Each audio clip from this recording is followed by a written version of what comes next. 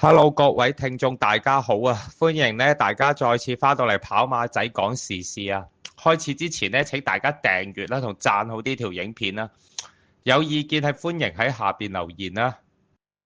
咁咧，今日咧就同大家講單咧就社會新聞啦。真係咧，有陣時你睇到網上啊，有啲人咧有啲言論啊，真係非常之嬲啊！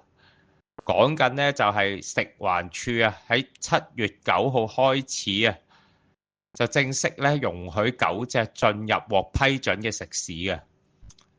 但係咧有食肆咧唔夠，即係呢個政策實施咗唔夠2日咧，已經有食肆咧係要轉軚啊。喺門口咧就貼咗張請勿攜帶寵物入內嘅告示啊。咁咧正式咧就取消咧狗隻進入啊。咁有記者咧就去問職員，職員就話公司咧就未準備好喎，經過風險評估之後咧，決定咧暫時就唔俾狗隻進入啊。有食客啊更加直接講啊，有狗入嚟我就唔嚟。咁件事係點樣發生嘅呢？咁咧就係話説，就係話食環署喺7月9號開始啦。咁就正式咧就容許狗隻進入咧獲批准嘅食肆嘅。咁咧其中咧呢個100%餐廳咧就有10間分店入選嘅。咁包括咧就係呢間嘅馬鞍山錦英苑商場嘅分店啦。咁呢個政策咧就本身係想推動呢個人寵共融嘅。咁希望等主人咧可以帶埋佢嘅毛孩啊一齊去餐廳食飯嘅。咁但係個政策玩咗唔夠2日啦，咁有市民咧就發現啊馬鞍山分店啊呢個即係馬鞍山100%分店呢個門口啊就貼咗張手寫嘅告示啊，就話本店已取消狗隻有線食肆啊。咁之後啦，集團就回應就話基於營運需要啊，個別分店啊就主動取消許可啊。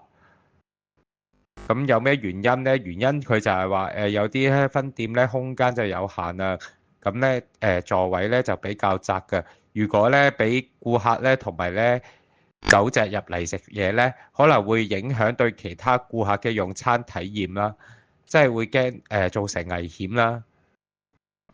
咁其實咧，我覺得啊，有啲細路啊跑嚟跑去啊。啲侍應啊，攞住啲熱嘢啊，啲細路跑嚟跑去啦，其實仲危險嘅。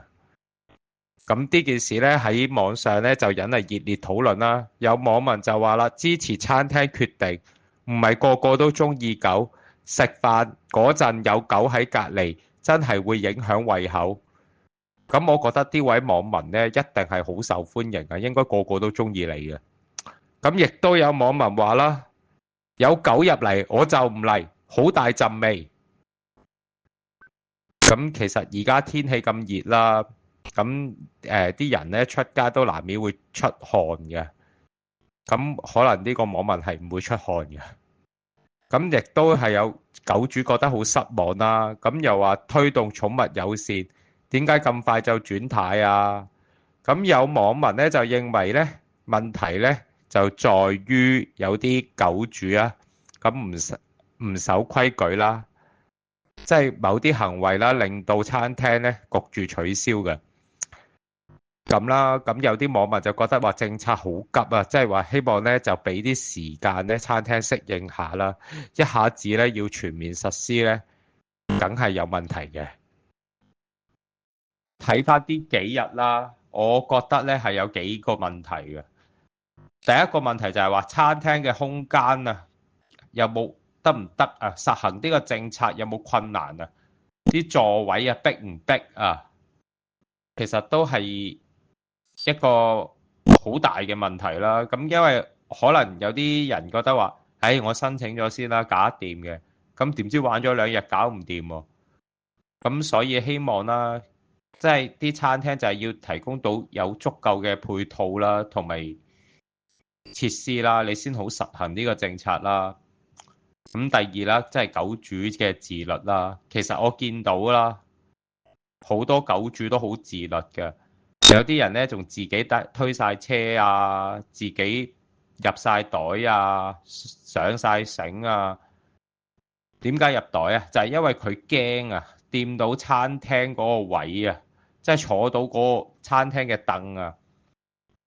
啲其他唔中意狗嘅食客唔中意啊，所以佢寧願啊抱住佢食啊，都唔想啊隻狗仔掂到嗰啲凳啊。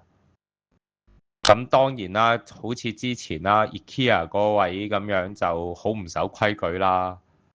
咁其實呢啲唔守規矩嘅狗主嘅行為呢，會令到商戶呢同埋其他呢唔係太中意狗嘅食客呢，係會帶嚟負面印象嘅。其實呢，咁嘅行為呢，你最終你就會害到啲呢守規矩嘅狗主同埋佢哋嘅寵物嘅啫。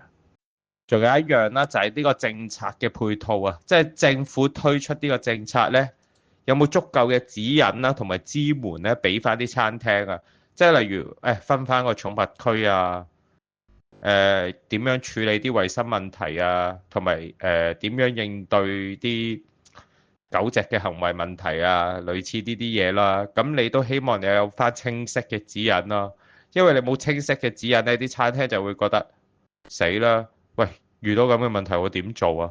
係咁啊算啦，索性咧就唔玩啲，即係唔推動呢個政策。咁所以咧，你政府就希望你真係要推動呢個政策嘅時候咧，做得細緻啲，同埋多啲支援啦。咁其實類似呢啲咁嘅人寵共融政策咧，喺其他國家同地區咧都已經推行咗一段時間㗎啦。咁人哋會成功係因為咧，人哋嘅配套完善啲啦。同埋咧，人哋嘅公民意識咧會強啲，即係識得互相尊重。可能人哋嘅地方唔會聽到啲話，喂，有狗嚟我唔嚟啊！呢啲咁嘅言語啊，咁所以希望啦，大家有狗冇狗，中唔中意寵物都好，大家都要互相尊重。咁總結翻今日呢單新聞啦，咁馬鞍山啊，凡百分店啊，取消呢個寵物友善啊，都提醒咗我哋啊，你推動人寵共融啊，唔可以淨係靠政府講嘅，要好多嘢配合噶，即係要需要狗主嘅自律啦，同埋公眾嘅理解啦，係嘛，同埋商戶嘅配合啦。咁所以希望咧，大家咧喺呢次事件裏面咧，都吸取教訓啊，一齊咧努力啦，建立一個真正和諧嘅人寵共融啦。好啦，今日講到嚟呢度，你對今日呢件事有咩睇法？歡迎喺下邊留言，講低你哋嘅意見，記得讚好同訂閱啊！我哋下次傾啦，拜拜。